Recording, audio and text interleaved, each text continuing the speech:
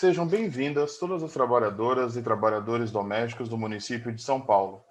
Bienvenidas todas as trabalhadoras e trabalhadores do hogar de São Paulo. Welcome ao Domestic Workers of São Paulo. Estamos iniciando agora mais um programa Domésticas em Ação, aqui na Web Rádio Imigrantes em São Paulo. Esse programa é uma colaboração da Web Rádio Imigrantes com o Sindicato dos Trabalhadores Domésticos do município de São Paulo. O programa Domésticas em Ação tem o objetivo de conscientizar e informar todas as trabalhadoras e trabalhadores domésticos da cidade de São Paulo, brasileiros e estrangeiros, sobre seus direitos trabalhistas, sobre os novos direitos conquistados na Convenção Coletiva da categoria e sobre o sindicato e os eventos que este realiza em favor das trabalhadoras domésticas. Migrantes ou brasileiras, todas as trabalhadoras domésticas possuem os mesmos direitos. Somos uma mesma categoria, independente da nacionalidade. No programa dessa semana, recebemos Esther Martins Ribeiro, graduada em Ciências Sociais e Direito, mestre em Sociologia pela Unicamp e doutorando em Sociologia pela Universidade de São Paulo. Como vai, Esther? Olá, obrigada, gente, por me receber aqui. Uma alegria muito grande estar com vocês. Também recebemos Karina Quintanilha, pesquisadora curadora do Fórum Internacional Fontieke Kawase Fronteiras Cruzadas, da ECA Universidade de São Paulo, assessora jurídica do CEDIC, mestre em Ciências Sociais pela PUC São Paulo e doutorando em Sociologia pela Unicamp. Como vai, Karina? Olá, Caetano, olá a todos os ouvintes, também a todas as trabalhadoras, trabalhadores que estão nos escutando. Um prazer estar aqui junto com a Esther Martins, uma grande colega aí da Unicamp, também a nossa referência de luta aqui em São Paulo, Diana Solis, do sindicato. É um prazer. E, como a Karina já falou, recebemos também essa semana a dona Diana Solis Soares Garcia, que é diretora do Departamento Doméstica Migrante Indígena aqui do Sindicato dos Trabalhadores Domésticos do município de São Paulo. Como vai, dona Diana? Oi, Caetano, boa noite, Karina, Esther. Ai, esqueci o nome da menina, desculpa. Mas boa noite a todos que nos estão escutando aqui no Brasil, fora do Brasil. Mais uma vez, no nosso programa Domésticas em Ação, agora com nossas convidadas aqui, e vai ser um papo muito agradável. Obrigada. Bem, para começar então o nosso programa, eu gostaria de pedir para as nossas convidadas, né, falarem um pouco sobre. Nós estamos recebendo então duas convidadas pesquisadoras, né? Então falarem um pouco sobre as suas pesquisas. Então, acho que para começar a gente pode começar então pela Esther, que eu sei que tem uma pesquisa voltada sobre a questão da migração e também sobre as trabalhadoras domésticas, né, Esther? Então, se pudesse então falar um pouco sobre a sua pesquisa no mestrado, a sua pesquisa agora no doutorado e como que essa questão da migração e das trabalhadoras domésticas está inserida aí nos seus estudos. Tá ótimo. Bom, eu comecei a estudar a migração de mulheres e trabalho doméstico há alguns anos. E eu acho super interessante que a ideia de que o trabalho doméstico ele sustenta a vida, né? Ele sustenta o mundo como ele sustenta as pessoas, a vida em sociedade, os corpos, traz um bem-estar, então sustenta o mundo como um todo e ao mesmo tempo a migração transforma o mundo, né? Faz com que novas portas se abram tanto para quem está nesse processo, né, de mudança, de migração, como para a sociedade que está recebendo as pessoas migrantes. Então, eu comecei a falar, nossa, tem alguma coisa aí interessante, até porque eu comecei a ver assim, a quantidade de mulheres imigrantes que eram trabalhadoras domésticas ou que se inseriam no trabalho doméstico, e especificamente no Brasil, o que é que o Brasil, ao mesmo tempo que muitas mulheres saíam daqui e assumiam trabalhos domésticos fora, né, do Brasil, seja nos Estados Unidos, na Europa, a gente sempre pensava nesses dois lugares, né? E de repente eu comecei a ver que aqui também a gente recebia mulheres que chegavam e aí se inseriam no trabalho doméstico. E eu falei, nossa, ao mesmo tempo, então, o Brasil, ele é a origem desses fluxos, mas ele também recebe, né? E, ao mesmo tempo que a gente tem aqui muitas mulheres, 6 milhões de trabalhadoras domésticas no Brasil, eu falei, nossa, é muita gente. Como é que, o que outras mulheres, como é que outras mulheres imigrantes se inserem aqui também, né? Como que será que elas fazem o mesmo trabalho que as brasileiras? Será que elas atuam de alguma maneira diferente? Então eu comecei a tentar ver isso, especificamente no caso das mulheres filipinas, que foi com o meu tema de mestrado. Então, com as mulheres filipinas, a primeira coisa que eu pensei quando eu vi uma notícia de jornal falando que tinha mulheres filipinas trabalhando aqui como domésticas, né, como babás, de uma maneira geral, em São Paulo, eu falei, gente, o que elas estão fazendo aqui? É tão longe. E eu ainda não conhecia nada, né, desse universo, dessa tradição mesmo, né, que o país das Filipinas tem de emigração, né, de saída. Então foi um pouco assim que esse assunto começou a me interessar, e aí eu fui vendo que é um mundo interessantíssimo de pesquisar, e também fui vendo assim a importância que tem para a nossa vida em sociedade, né? Tanto o trabalho doméstico como a própria migração.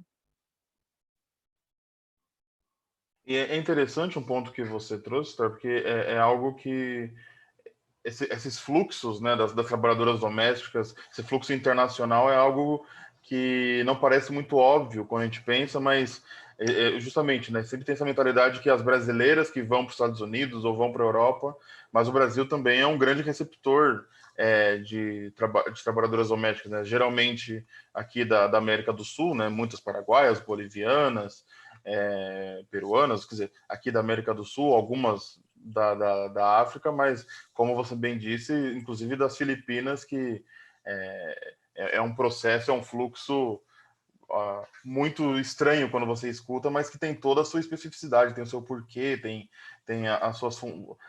quem procura uma trabalhadora doméstica filipina sabe muito bem por que é uma trabalhadora doméstica filipina, e com isso também traz seus problemas, né? Quer dizer, quanto o problema da distância, né? Quer dizer, você tem a vulnerabilidade também da trabalhadora doméstica migrante também se torna algo muito específico, né?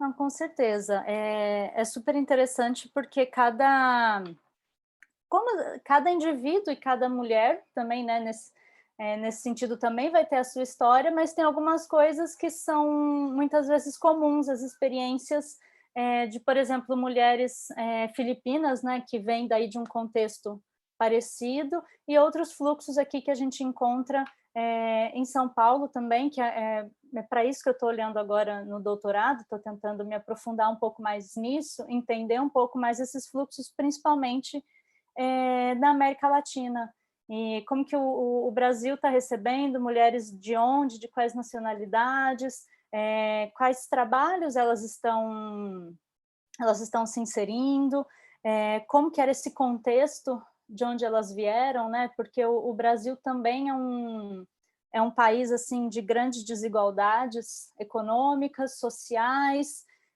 mas ao mesmo tempo muitas vezes esses lugares de origem, né, se elas estão vindo da América Latina, também estão vindo de outros países com as suas desigualdades históricas, né, mas que por alguma razão a migração apareceu na história como uma possibilidade ou de desenvolvimento, de melhoria de vida, mas também chega aqui e muitas vezes se insere num trabalho que é muito difícil, apesar de ser essencial para a vida, né? Para sustentar a vida, é muito difícil, é dentro de uma casa em que a fiscalização é muito difícil de chegar, em que até pouco tempo a gente tinha uma regulamentação ruim, né? Isso foi mudar agora em 2013, depois em 2015, né? Por causa da luta das próprias trabalhadoras. Então, também nesse momento, os empregadores passam a olhar para mulheres filipinas, por exemplo, né, e falar, elas aceitam dormir no lugar de trabalho, no local de trabalho, elas aceitam trabalhar várias horas por dia, aceitam não receber horas extras. Isso nem é possível, né, na nossa legislação, mas começaram a olhar justamente para essas mulheres, sabendo, com algo muito certo em mente, né, sabendo o que demandar delas, né. Então é mais ou menos isso, como é isso que eu estou tentando olhar agora nesse momento no doutorado, olhando para outros fluxos que estão aqui no Brasil também. Isso acho que é visível, né, pelo menos no sindicato, né, como os fluxos de trabalhadoras domésticas migrantes aumentaram muito na mesa, dona Diana, nos últimos anos. Acho que há 20 anos atrás você tinha alguns fluxos de trabalhadoras paraguaias e bolivianas, mas hoje no sindicato você sempre vê trabalhadoras haitianas, venezuelanas, angolanas, peruanas, quer dizer, não só em quantidade, mas a variedade assim de nacionalidade de trabalhadoras domésticas migrantes hoje em dia no sindicato, quer dizer, que passam aqui na cidade de São Paulo, é muito variada, não é mesmo? Dona Diana? Acho que... É para mim? Não, sim. É para... o sindicato tem hoje em dia assim, um fluxo maior de imigrantes, de variadas mesmo. Temos inclusive estas chilenas, venezuelanas também, e as filipinas que não, como posso falar, que não podemos deixá-las de lado, né? Porque, como já sabemos, Filipinas, elas vêm aqui ao Brasil com trabalho doméstico, mas, como a Esther falou, que elas aceitam trabalhar horas a mais, elas não aceitam, elas são obrigadas a trabalhar horas a mais, não tem horário para levantar, não tem horário para acordar, elas trabalham inclusive como professoras de inglês para os filhos dos patrões, que isso a gente já está sabendo também no sindicato, porque elas mesmas contam, né? Vêm de allá com esse cargo, vamos dizer assim, mas por um salário muito absurdo, que não é considerado um salário normal.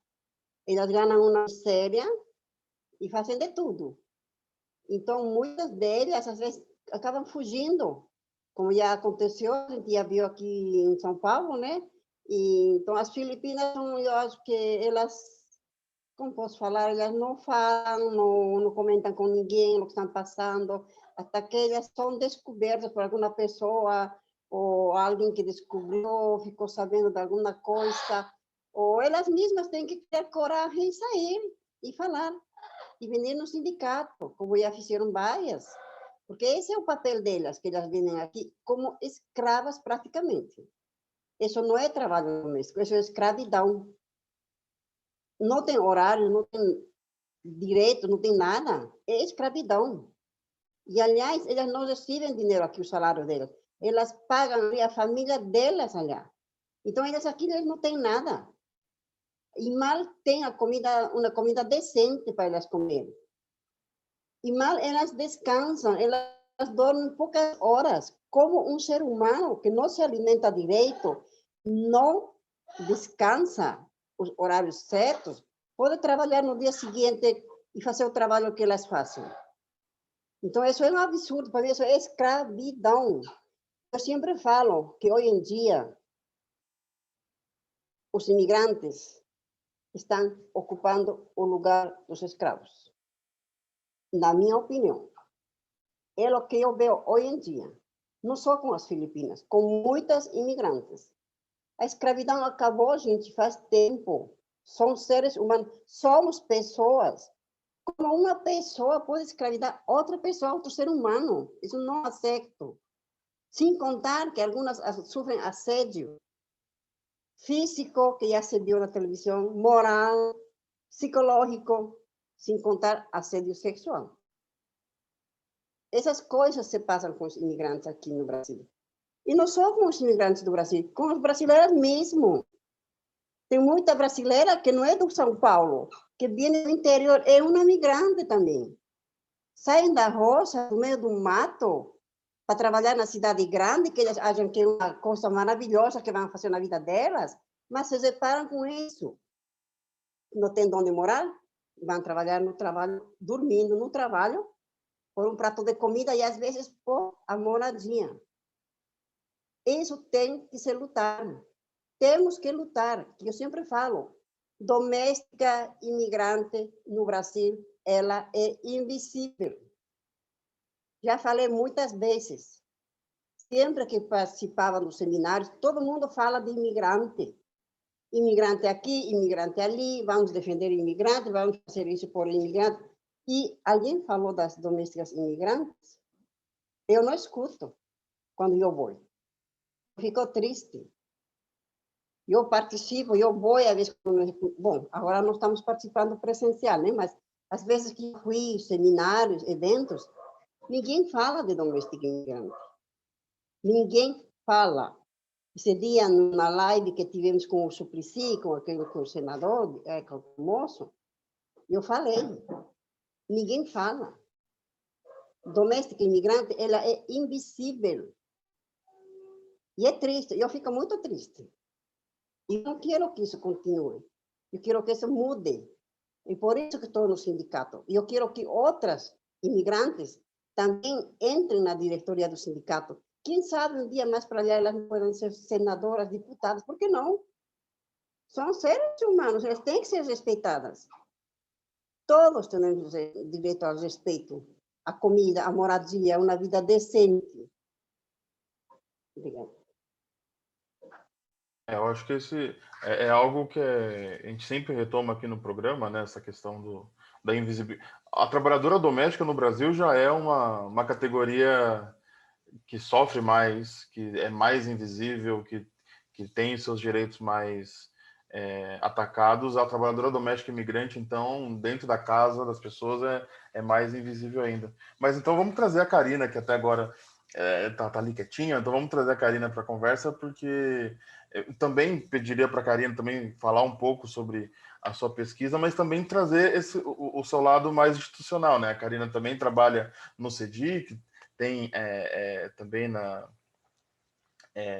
em fóruns, quer dizer, e o CEDIC, por exemplo, é um grande parceiro do sindicato nessa questão do trabalho imigrante, quer dizer, mesmo o CEDIC tendo o trabalho, o migrante como grande tema, também, obviamente, percebe a importância do trabalho doméstico migrante dentro dessa grande questão da migração aqui no Brasil. Então, eu peço então para a Karina para falar um pouco sobre a própria pesquisa e sobre essa questão mais institucional.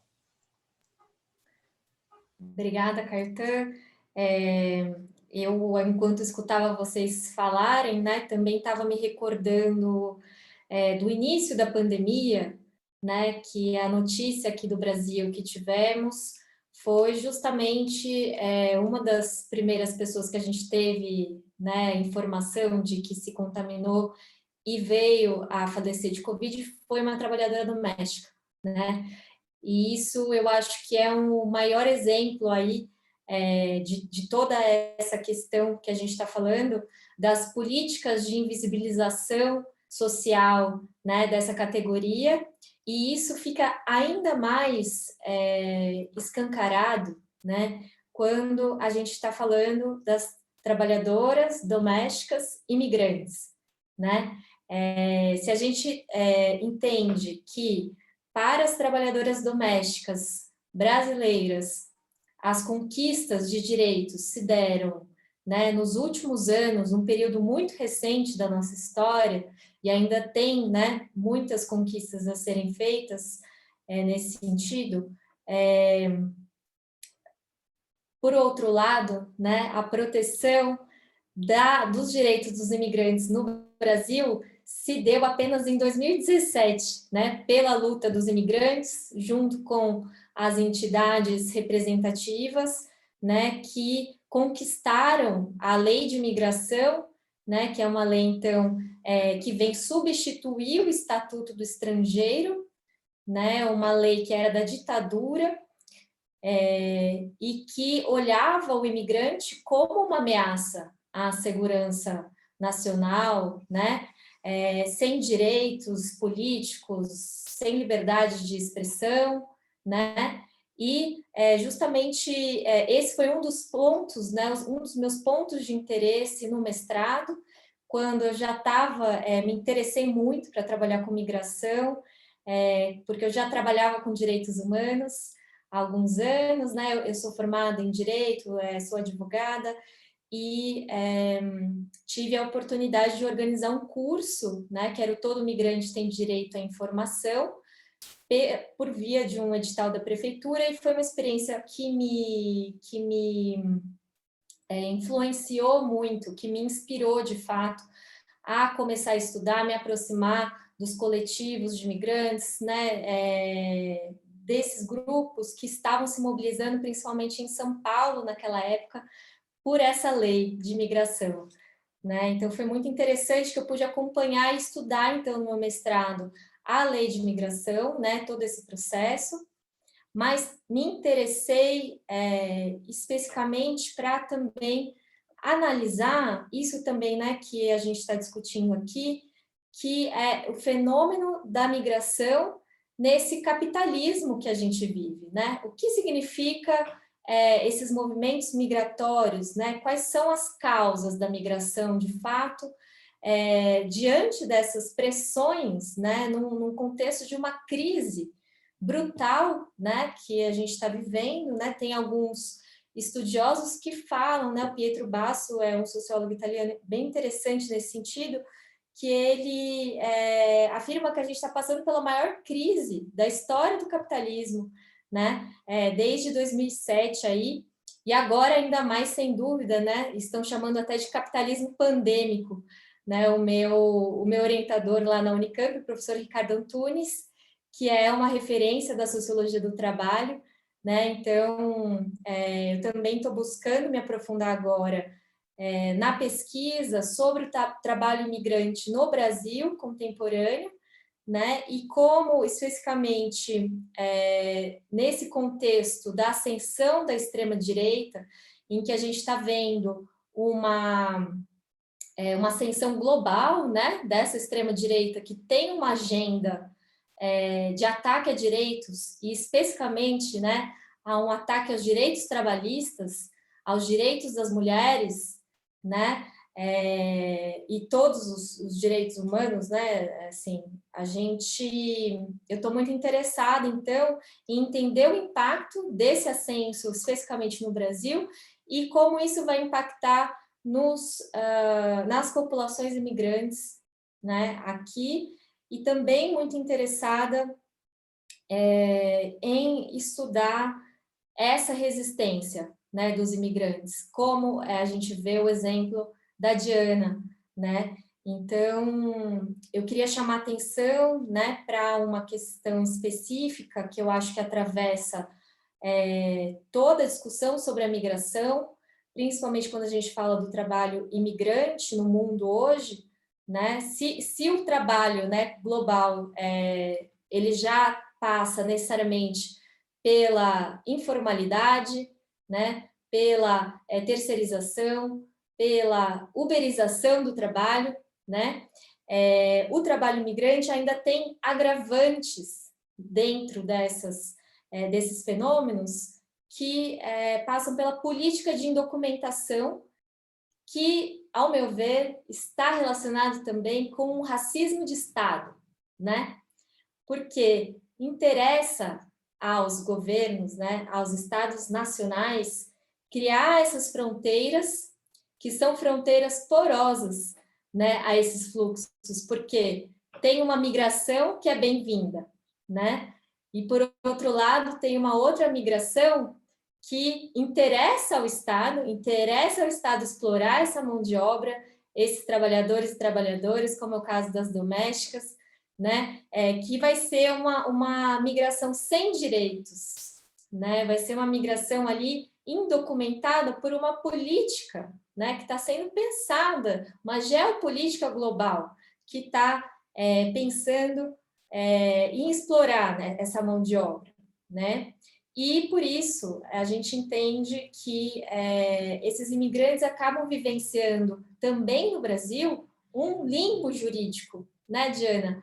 Muito difícil, no final das contas, de acessar os serviços públicos, de fato conseguir a regularização migratória. A gente acompanha isso dia a dia lá no CEDIC, né, onde eu estou também trabalhando na assessoria jurídica, e também estamos atendendo lá trabalhadoras domésticas.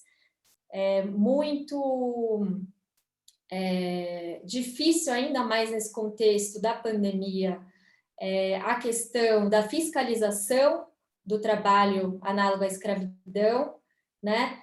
A gente sabe que os serviços estão praticamente parados, então acho que são questões, né, de extrema necessidade realmente para a gente pautar, a gente discutir, a gente cobrar, né, do Estado políticas, né, para a gente combater essa invisibilização. E acho que só para fechar, também queria, assim, essa primeira etapa, né, eu queria chamar a atenção, agora que a gente está tendo uma discussão sobre a política de vacinação, né, aqui no estado de São Paulo, aonde está o lugar das trabalhadoras, trabalhadores domésticos na política de vacinação, né? Temos informação sobre isso? Os trabalhadores que estão nos hospitais, né, fazendo a limpeza dos hospitais diariamente, estão incluídos nessa vacinação? Né? Apesar de estarem aí na linha de frente, seja nas casas, nos domicílios, nos hospitais, esses trabalhadores vão ser prioridade? Né? Acho que essa é uma questão que eu queria colocar aqui no debate para todos. E eu acho que é uma questão importantíssima, porque também é algo que a gente já conversou em outros programas, né? Como nas políticas públicas sempre se esquecem das trabalhadoras domésticas. Quer dizer, a gente conversou acho que já foi esse ano, a gente conversou com a presidente da Federação Nacional das Trabalhadoras Domésticas, que estava discutindo sobre o auxílio emergencial. E daí, olha, o auxílio emergencial parece ser muito bom para várias categorias, né? Para a trabalhadora doméstica tem outras características que ele não funciona. E eu acho que esse ponto que a Karina levantou, por exemplo, é um deles. Quer dizer, e o cuidador de idosos, por exemplo? O cuidador de idosos é um trabalhador doméstico na função de cuidador de idosos. Ele tem que pegar transporte público para sair da casa dele, para chegar na casa do idoso de quem ele cuida, e esse idoso pode ter 60 anos, 70 anos, 50 anos, pode ter alguma outra doença. Quer dizer, teoricamente é um profissional que está ali na linha de frente também, ou pode estar levando a doença. Quer dizer, são várias coisas que se esquece o trabalhador doméstico, e também sobre toda aquela discussão que a gente teve ano passado, se trabalhador doméstico era ou não trabalho essencial, né?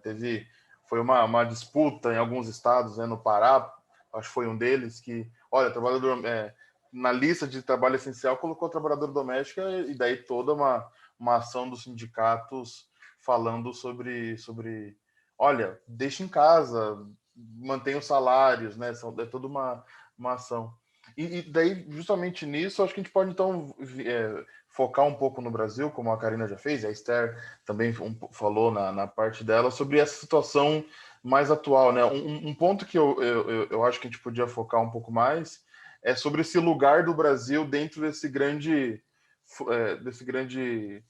plano geopolítico, dos fluxos migratórios. Quer dizer, tanto recebe quanto leva, entrega trabalhadoras domésticas. Quer dizer, é um fluxo migratório cada vez maior, não só de trabalhadoras domésticas, mas de várias populações, ao mesmo tempo que tem uma luta cada vez maior. A gente já viu também, a dona Diana já sempre fala sobre isso, quer dizer, de algumas questões como o direito ao voto. Quer dizer, a questão desses fluxos do Brasil cada vez mais ter esses fluxos migratórios, e dessa posição que até acho que há pouco tempo a própria população não percebia, né? Quer dizer, quando chegam vários haitianos, quando chegam vários venezuelanos, é que a gente percebe que existem imigrantes e que eles estão na Praça da Sé em São Paulo, né? Então, localizar o Brasil um pouco nesses grandes fluxos migratórios e atualmente, né? Qual seria a situação mais na conjuntura dessa migração no Brasil? Daí, não sei se a Karina quer começar respondendo, a Esther. Eu posso falar um pouco então do global, e a Esther tem todos os dados aí da questão, né, do trabalho doméstico imigrante. É bem importante mesmo a gente pensar, né, Caetê, eu entendo que o Brasil, ele não está apartado, né, desse cenário global das migrações, né? Também no Brasil temos esses fluxos, como você falou, tanto de saída, né, de emigrantes, então, na verdade, é um fluxo ainda mais numeroso do que imigrantes que temos aqui no país, né? Então, temos muitos brasileiros no exterior e tem um texto bem interessante de uma pesquisadora chamada Patrícia Vilém, que fala sobre o Brasil. Ela faz uma pergunta: Brasil, país de expulsão? Afinal, estamos expulsando os nossos trabalhadores e trabalhadoras, né? Nessa falta de, nessa crise, né? Nessa falta de resposta para essa crise no Brasil, com demissões em massa, né? Com falta de oportunidades para a juventude, mas também para os trabalhadores em geral, em várias, né, categorias e classes sociais. Nós temos visto, então, essa exportação. Até recentemente saiu uma matéria também destacando, né, que profissionais muito qualificados estão realmente buscando também essa alternativa fora do Brasil, que na minha pesquisa eu chamei de migração forçada, né? Tem um pesquisador mexicano, que é o Raul Delgado Huizzi, que também é uma figura muito importante nos fóruns internacionais de discussão das migrações, junto à Unesco, mas também junto aos sindicatos. E justamente o México é o principal, né, corredor migratório do mundo. Então, é muito interessante a gente beber da própria literatura, das pesquisas, estudos que estão sendo produzidos aqui na América Latina, e vou dar destaque também para a nossa produção sobre esses fluxos aqui no Brasil, né, que me interessou também olhar para isso no mestrado. Então, já falei da Patrícia Vilém, a Esther Martins, também como referência. Do meu grupo, do professor Ricardo Antunes, também temos outras pesquisadoras, além da Patrícia, que se dedicaram a analisar esses fluxos contemporâneos, né? Então, temos uma pesquisa da Letícia Mamed sobre o fluxo dos haitianos e uma pesquisa super quentinha que acabou de sair da Mariana Roncato, que eu recomendo muito, uma pesquisa de doutorado que olhou para a migração, né, dos decassegues no Japão, né, os brasileiros de descendência japonesa que migram para o Japão em busca de trabalho, né? E chegando lá, ela faz toda uma análise explicando, né, qual que é o lugar que, no final das contas, os brasileiros acabam ocupando no mercado de trabalho japonês. E, especificamente, ela olha para as trabalhadoras decassegues, né, mulheres, nessa última pesquisa. Então, é bem interessante, para entender que, de um modo global, né, existe uma característica comum, né, entre essa condição de trabalho imigrante no mundo, né, que é uma condição mais precarizada, né, justamente por conta disso que eu estava falando, justamente da política de indocumentação, mas também do racismo, né, e que é muito presente no mercado de trabalho, né. Aqui no Brasil, uma pesquisa também do próprio Ministério da Justiça, se não me engano, de 2015, fez uma análise, né, fez perguntas, entrevistou os imigrantes para saber quais eram as principais barreiras no acesso a direitos aqui no Brasil. E muitas denúncias surgiram sobre as violações no mercado de trabalho, né, no ambiente de trabalho, e também nos serviços públicos. Mas a gente estava falando justamente dessas tendências, né, de quais são as principais Então, fluxos migratórios que a gente identifica, né, agora aqui no Brasil, sem dúvida, a gente está sendo ainda arrebatado assim, né, por uma migração inédita que nunca existiu antes na América Latina, que é a migração dos venezuelanos, né, o êxodo dos venezuelanos, que antes a Venezuela era um país receptor de imigrantes, né? Então isso é muito significativo para quem acompanha a questão migratória, porque a gente entende que é uma dinâmica que está diretamente ligada com essa geopolítica global, né, dos interesses, principalmente, né, dos países ricos, mas também dessas trocas, né, assim, das pressões, dos acordos com os países do sul global, porque aí você, estudando, e sem dúvida a Esther pode falar melhor que eu isso, você tem todo um novo mercado criado, que é um mercado das remessas, né? Então, você cria justamente uma dependência dos países, né, dependentes dos países do sul global, do envio, e esses estados estão lucrando com esses trabalhadores que estão na pior condição nos países pelo mundo, né? Então, é muito significativo. Agora, então, com a Venezuela, estamos atingindo níveis recordes de pessoas em situação de deslocamento forçado na América Latina. Isso também já era um fenômeno, já era uma tendência aqui na América Latina, mas agora ainda mais. O Brasil não está entre um dos principais países da América Latina que mais recebe esse fluxo, né? Mas, então, temos venezuelanos, temos bolivianos, temos uma grande quantidade de haitianos, como você, né, bem falou, principalmente desde dessa última crise de 2007, e uma tendência dos novos fluxos, né, dos africanos, de vários países, né, da África, no caso, com uma presença bastante significativa dos senegaleses, atualmente, que atuam, né, aqui no Brasil, principalmente no mercado informal, né, os ambulantes.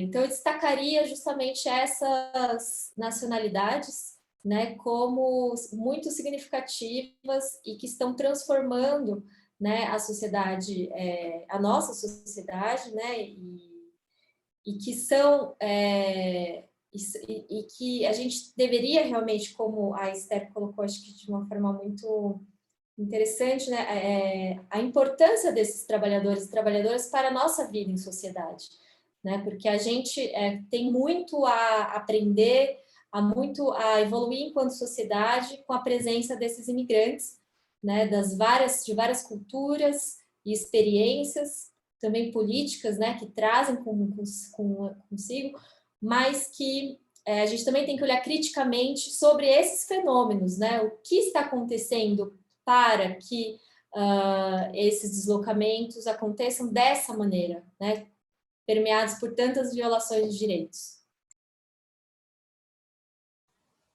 Esther? Bom, acho que eu vou falar um pouquinho sobre um pouco mais sobre os fluxos de trabalhadoras imigrantes no mundo, e aí eu vou tentar inserir o Brasil nesse contexto. Existe um estudo da OIT, Organização Internacional do Trabalho, é um estudo de 2015, então já faz aí uns quase 6 anos, né, na verdade, que a gente que tem esse estudo, ele já provavelmente está meio defasado, além de ser um estudo feito especificamente para entender trabalhadoras domésticas imigrantes no mundo, que para você acessar, como muitas estão em condição de informalidade nos seus trabalhos e em documentação, já tem aí alguns desafios, então os números muito possivelmente, na verdade, são maiores, né? Mas esse estudo de 2015 falava de 8,5 milhões de trabalhadoras domésticas imigrantes no mundo todo. né? Então, assim, os principais regiões do mundo que essas mulheres estariam seriam assim, Estados Árabes, o próprio Sudeste Asiático. Existe ali uma migração intensa de mulheres dos próprios países do Sudeste Asiático. Então, por exemplo, tem muita migração de Filipinas ali para outros países. A gente pensa assim em Taiwan, Hong Kong, que saem dali, mulheres indonésias também, e vão para outros países asiáticos. Muitas mulheres, então, também vão para a Europa, né? E também para os Estados Unidos, mas a gente tem um grupo importante aí de, o que nesse estudo estaria dizendo, próximo aí de 700 mil trabalhadoras domésticas imigrantes na América Latina. Mas a América Latina, então, como um todo, a gente está pensando assim, já tem muitos fluxos estudados. Então, por exemplo, migração circular da Bolívia com Chile, ou mesmo de mulheres bolivianas no Peru, por exemplo. Então, a gente tem alguns fluxos aí sendo estudados. O Brasil nunca apareceu muito nesses estudos. Assim, sempre foi uma coisa, porque o nosso mercado era muito abastecido pela migração interna, né? Também, como a Diana colocou, que muitas mulheres migrantes, né, de outras localidades aqui vinham para São Paulo também, ou enfim, iam para outras regiões, até inclusive do meio rural para o meio urbano, né? E isso abastecia muito o nosso mercado aqui, esse mercado de trabalho doméstico.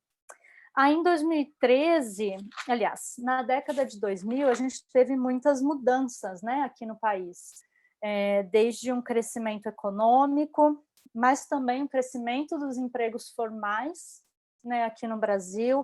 A gente teve os programas de transferência de renda, políticas de educação.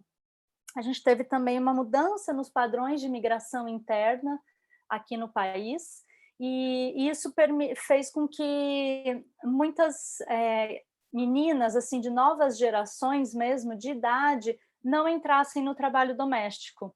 Então, o trabalho doméstico aqui no Brasil, ele acabou ficando com, digamos, o grupo foi envelhecendo e ele não foi sendo renovado por novas gerações, porque elas estavam tendo oportunidades diferentes das gerações anteriores, né, e não estavam entrando no trabalho doméstico. Nisso também a gente tem uma luta histórica das trabalhadoras domésticas aqui por direitos, né, daí que acabou se concretizando, né, em 2013, depois em 2015, e então nessa época a gente tem melhores condições de trabalho, pelo menos em termos, né, do que a própria lei garantia. A gente tem também outras oportunidades ali para novas gerações, enfim. O que nessa fase a literatura acabou chamando de o apagão das domésticas, porque parecia, a sensação que dava para alguns empregadores era de que não tinha, então, mais doméstica para fazer o trabalho que eles queriam que fizesse. E aí é muito interessante, porque nessa época, claro que a gente já tinha também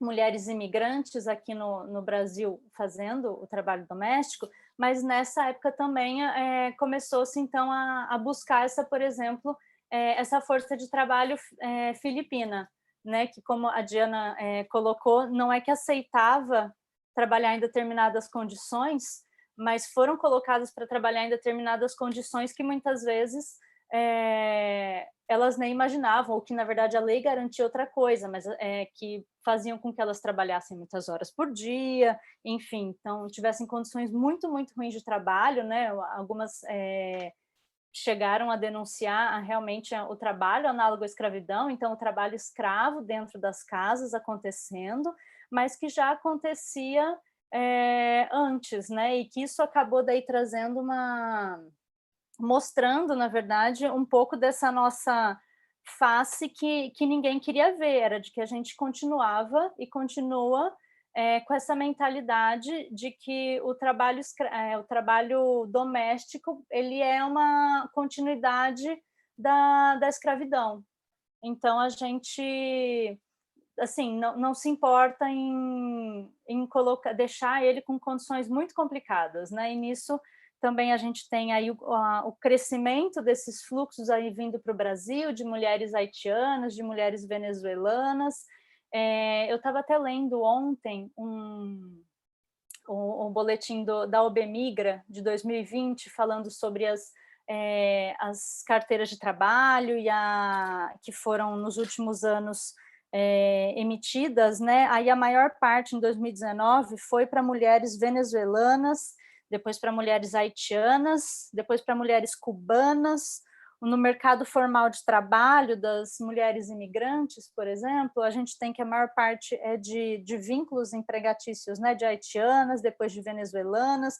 Então, assim, as migrações sul-sul, as migrações do Brasil, também com outros países da América Latina, alguns países a gente já tinha tradição, né, por exemplo, com a Bolívia, mas outros que a gente não tinha tradição de receber, como a Karina colocou, agora a gente está recebendo, a Venezuela, por exemplo. Não que a gente receba muito. Isso é interessante também, porque a gente tem essa sensação de que agora tem muito imigrante, e não tem. Justamente o Brasil sempre exportou muito mais pessoas do que recebeu, inclusive hoje em dia, né? A gente recebe, mas ainda recebe pouco. Mas começam a aparecer justamente esses fluxos sul-sul mostrando como é importante.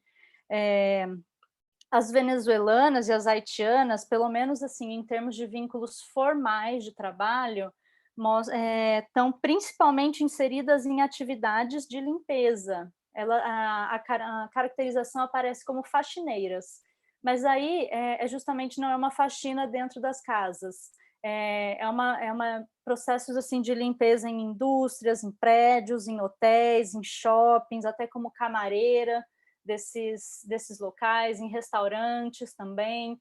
Então, são atividades também que não dá para a gente falar que é um trabalho doméstico, porque justamente ele não está dentro da casa, mas continua sendo um trabalho de manutenção da própria vida, né? Essencial para que qualquer ambiente seja possível de ser vivido e usufruído por outros, né? Então, o Brasil,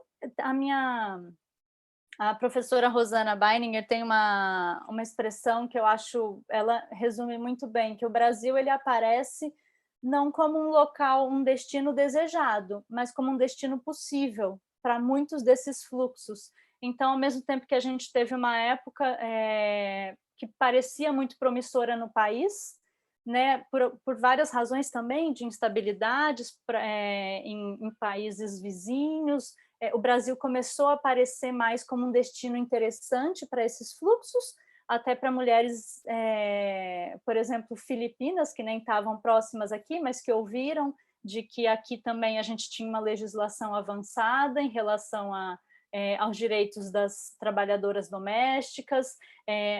Elas estavam, muito do que eu pesquisei, elas estavam em outros países asiáticos, estavam em condições muito ruins de trabalho, em condições realmente de escravidão, e falaram, ouvi dizer que no Brasil a legislação é muito melhor, você não pode ser acordada no meio da noite para que te façam um chá, ou para que você sirva um iogurte. Então, vou para lá. A princípio, era um país que facilitou, então, essa migração com vistos, que a gente não tinha tradição alguma de receber mulheres filipinas aqui, até homens filipinos a gente recebia um pouco mais, né, por causa dos trabalhos marítimos, mas mulheres filipinas não, e quando elas chegam aqui, na verdade, era uma outra situação, né, aquela coisa, a gente tinha uma legislação muito interessante, que ainda precisa ser aplicada, mas que elas não encontraram, então, assim, a realidade não batia com a lei. Então, como a Diana colocou, elas estão aí lutando também. Tem gente que se alia ao sindicato, tem gente que encontra outras formas de luta. Eu vi um processo lá que eu achei super interessante, que como muitas delas, ou a maioria, morava, né, dormia nas casas das famílias onde elas trabalhavam, eu vi que num determinado momento elas passaram a alugar casas em outros lugares da cidade. Quer dizer que, então, no final de semana, elas saíam das casas onde elas estavam, saíam da visão, da vista ali dos seus empregadores, porque para que justamente elas não fossem chamadas, não fossem solicitadas em nada durante o descanso delas. Isso também eu entendo que é uma forma de resistência, de que eu vou fazer o meu direito de descanso ser respeitado, nem que eu tenha que pagar para ter uma outra casa, mas eu não vou me deixar, não vou deixar com que façam isso, tirem o meu direito de descanso, né? Claro que quem tinha condição fez isso, mas eu achei super interessante porque essas várias formas de resistência, né, no dia a dia também, e vão sendo construídas. Eu acho que esse ponto, entender como que... Eu acho que dois pontos, na verdade, são interessantes, né? Entender que a questão do imigrante, a questão do trabalho, elas estão estritamente conectadas, quer dizer, não dá para separar uma da outra, quer dizer, entender a situação do trabalho a nível internacional, nos outros países, e para entender a questão do imigrante é fundamental. Eu acho que isso é importante.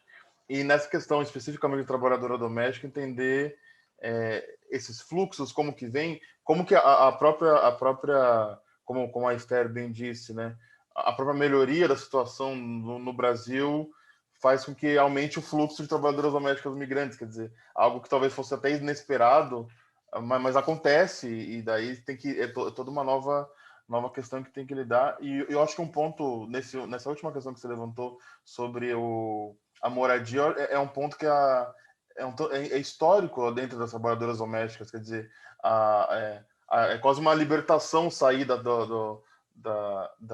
casa do patrão, quer dizer, não ser acordado às 2 da manhã porque a criança está chorando, ou passar o final de semana fora, quer dizer, no sindicato tem várias trabalhadoras, inclusive mais antigas, né, que estão desde a criação do sindicato em 1990, que sempre falam isso, né, que, sabe, sair da casa do patrão, daquele quartinho pequenininho perto da lavanderia sabe, é muito bom para o descanso, para ter liberdade mesmo. Então, é algo que a gente vê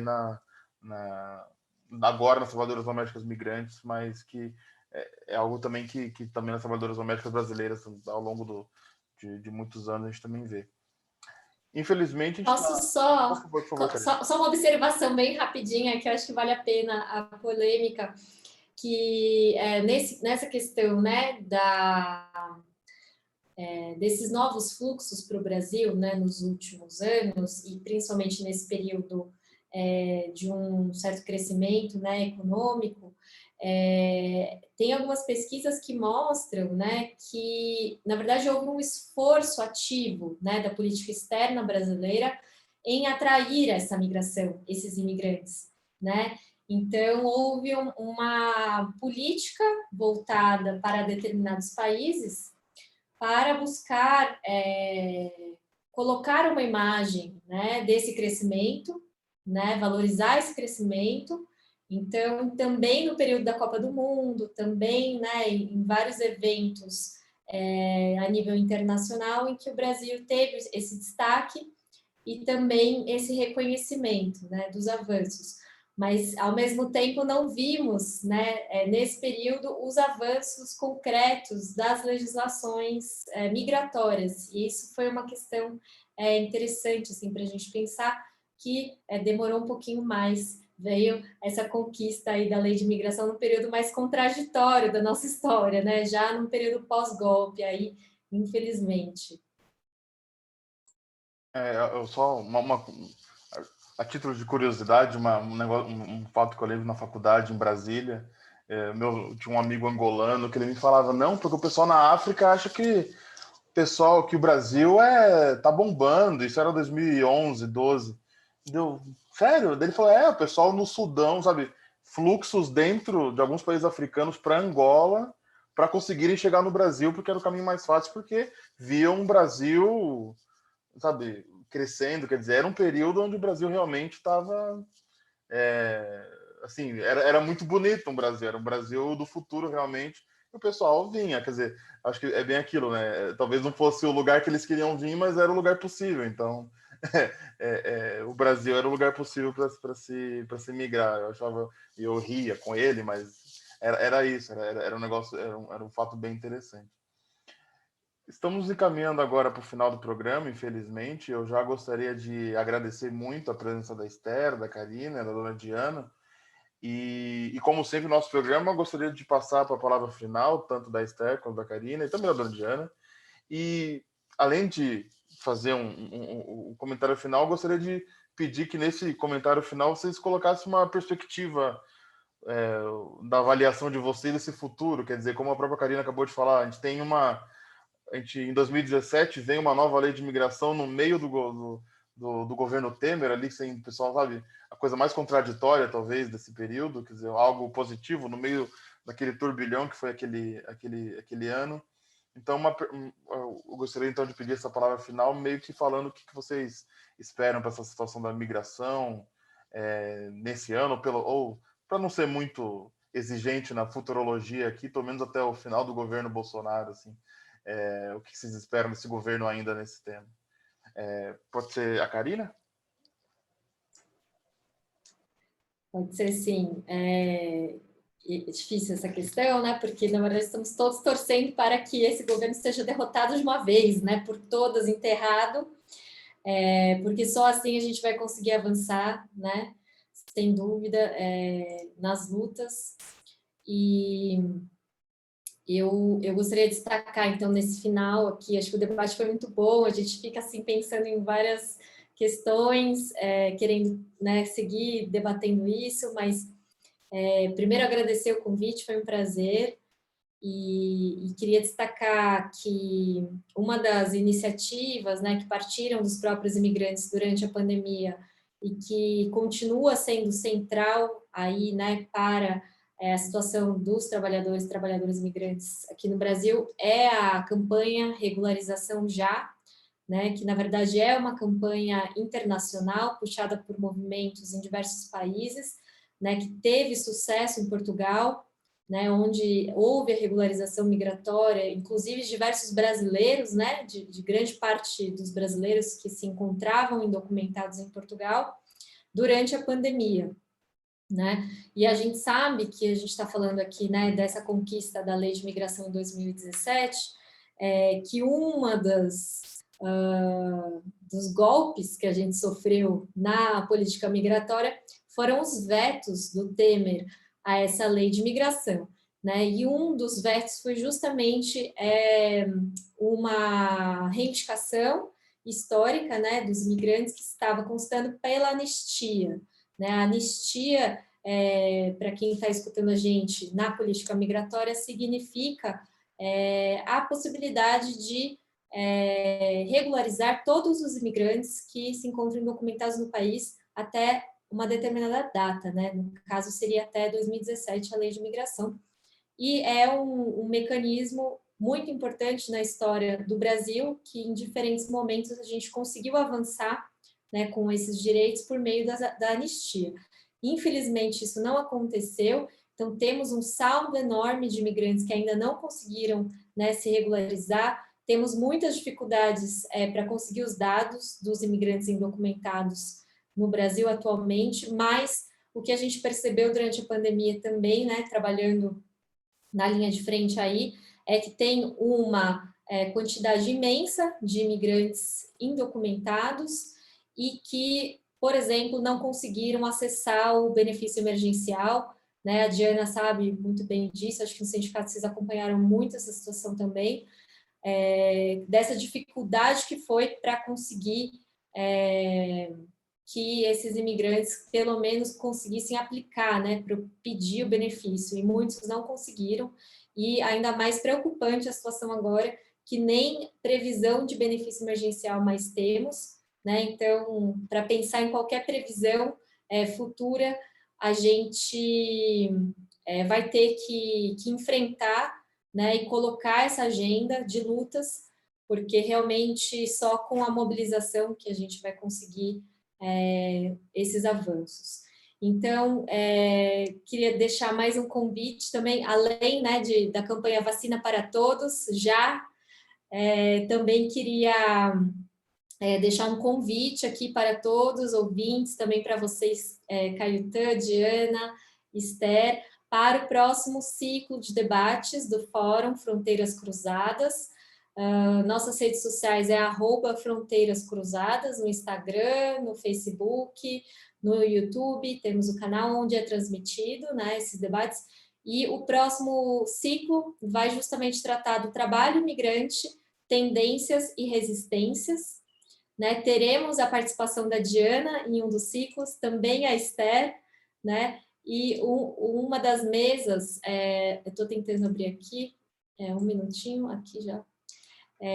Uma das mesas a gente vai tratar especificamente da classe trabalhadora em movimento, sindicalismo e migração no Brasil, né? Vamos ter a presença do Fedo Bacur, da União Social dos Imigrantes Haitianos, a Diana Solis, que está aqui com a gente, e também o professor Jorge Luiz Souto Maior, né? Um juiz que também é professor na Faculdade de Direito da USP, e representantes das centrais sindicais, da CULTAS e da CUT.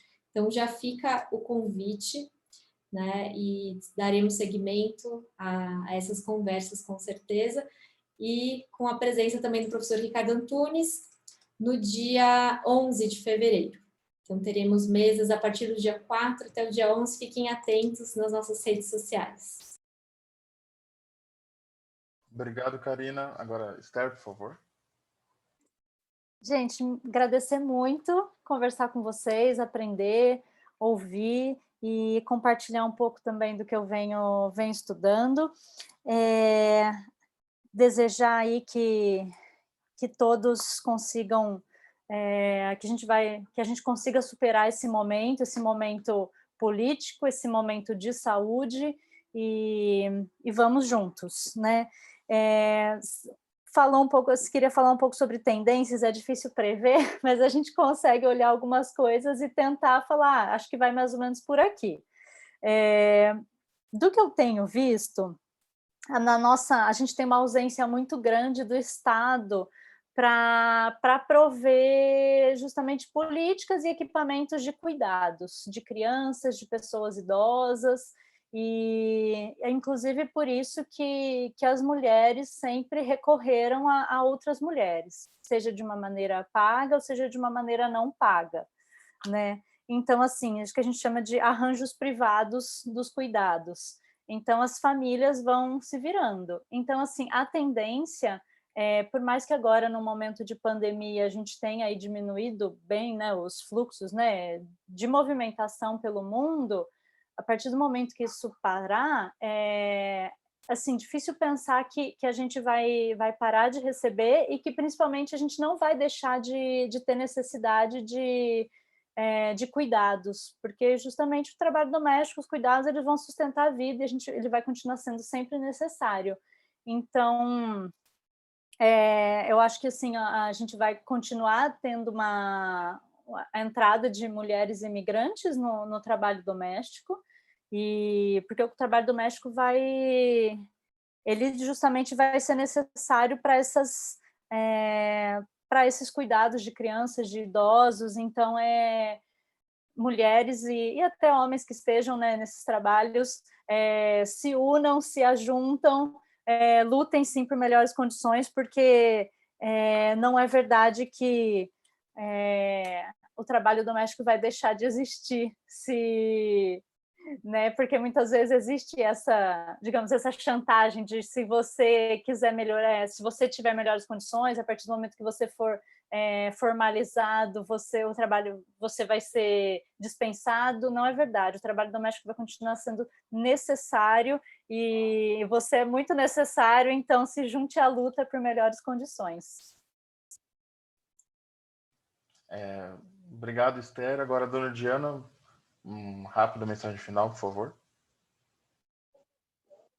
Bom, muito obrigado, Karina, Esther, por ter nos dado uma aula de seus estudos. Foi maravilhoso, adorei, aprendi mais um pouco, que a gente sempre aprende cada dia um pouco, né? A gente nunca sabe tudo, cada dia vai aprendendo, o dia a dia nos ensina, né? Então, agradecer aos ouvintes aqui no Brasil, São Paulo, o mundo todo. Caetano, muito obrigada. Mais uma vez, muito atencioso com as trabalhadoras domésticas. E falar para as domésticas, seja migrantes ou não migrantes, que o sindicato está sempre aberto para elas, né? A casa delas, né? Podem ir conversar, consultar, qualquer momento, nos horários que temos marcados aí de 8 a meio-dia e de 1 da tarde às 17 horas. Elas sempre serão bem-vindas e qualquer dúvida estamos aí para ajudá-las, orientá-las. Muito obrigada, boa noite para todos. Bem, então também gostaria de agradecer muito, agradeço novamente a presença da Esther, da Karina, acho que eu gosto muito desses programas, eu acho que o programa Domesticação tem isso, quer dizer, a gente traz pessoas de vários campos, vários ramos, daí os nossos ouvintes aprendem de todo mundo, aprendem da trabalhadora doméstica, que trabalha na federação, da trabalhadora doméstica da Costa Rica, também aprende do pesquisador, aprende do político, aprende de todo mundo. Eu acho que isso é muito interessante. Então, eu agradeço imensamente a presença da Esther, da Karina, da dona Diana, e agradeço aos ouvintes que sempre nos acompanham e convido vocês a nos escutarem, a acompanhar nosso programa na semana que vem. Então, muito obrigado a todos e até a próxima. Boa noite, um abraço.